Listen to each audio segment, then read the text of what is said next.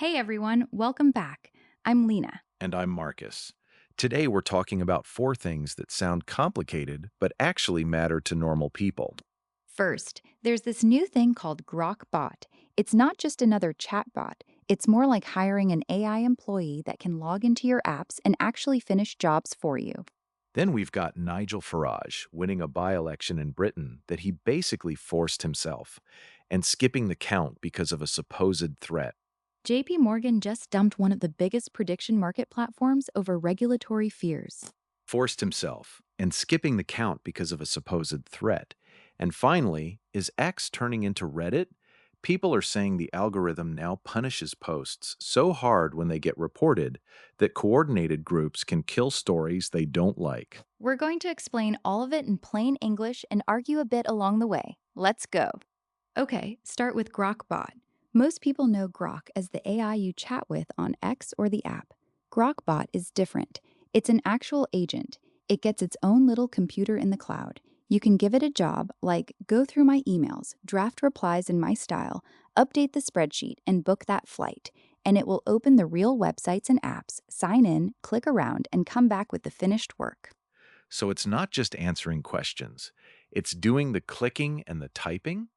Exactly. People are already using it to negotiate with vendors in their own voice, handle customer support for online stores, keep CRMs updated overnight, stuff you normally pay a human assistant for, and it can run while your laptop is closed.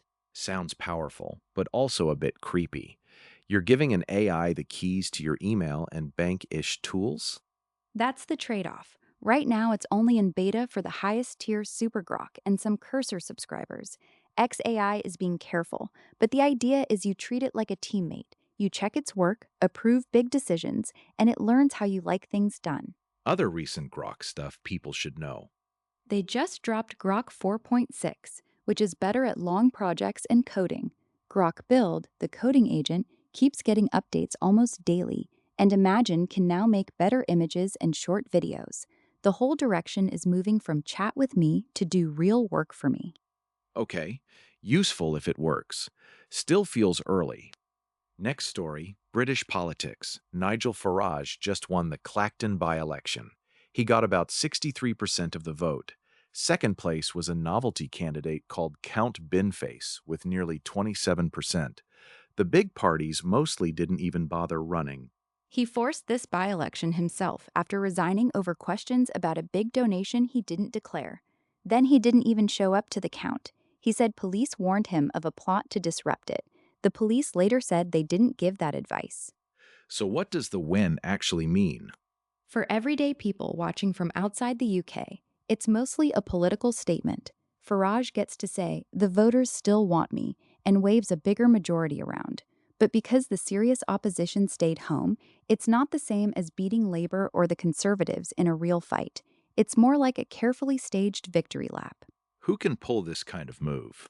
In theory, any MP can resign and trigger a by election to seek a fresh mandate. In practice, you only do it if you're confident your local support is solid and the other parties might sit it out or look silly. It's a high risk publicity bet. Most politicians would never risk losing their seat on purpose. And the Count Binface thing? British politics has a long tradition of joke candidates. Getting a quarter of the vote is actually impressive for a guy in a bin costume. It shows a lot of people were either protesting or just having a laugh. Okay, money and regulation. JPMorgan cut its banking relationship with Polymarket late last year.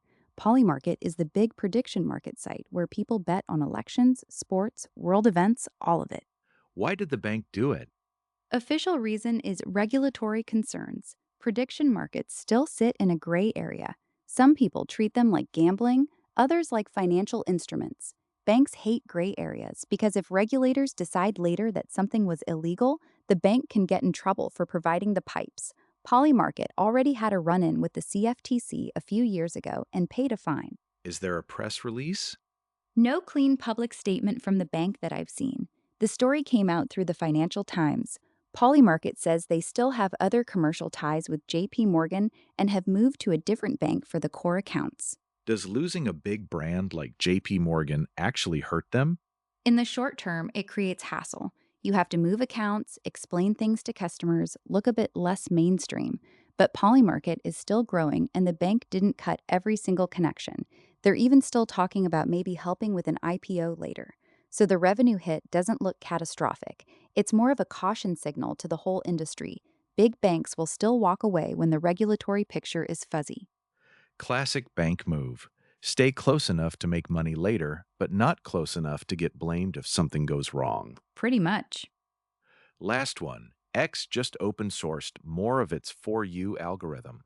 People notice that reports carry a huge negative weight. One analysis floating around says a report is worth something like minus 234 in the ranking score.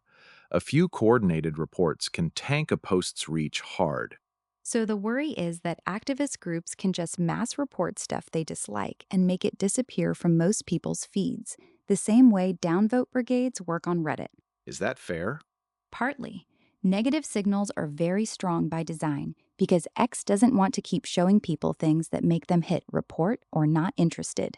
The company says some of these penalties only apply in certain parts of the system, so pure spam campaigns are harder, but the incentive is still there. If a big enough group decides a narrative is toxic, they can suppress it. So is X becoming Reddit? It's moving in a direction that has some of the same problems strong negative feedback loops. But the platforms are still different. X is real time and public. Reddit is more community moderated and slower. The open sourcing is actually good because now everyone can see the weights and argue about them instead of guessing. I'd rather they lean more on positive signals, replies, shares, time spent, and less on pure punishment. Otherwise, the loudest complainers win. Agreed. The algorithm is never neutral. The question is whose values it ends up reflecting. Quick recap for the everyday listener. Grokbot is the start of AI that actually does your digital chores. Farage's win is more political theater than a seismic shift. Big banks will still walk away from anything that smells like regulatory risk. And X's algorithm is giving more power to people who like to report things they hate. None of these stories are simple good versus evil. They're about incentives, what the tech rewards, what the politicians gain, what the banks are afraid of. We'll keep watching how these play out. Thanks for listening. I'm Lena. I'm Marcus. See you next time.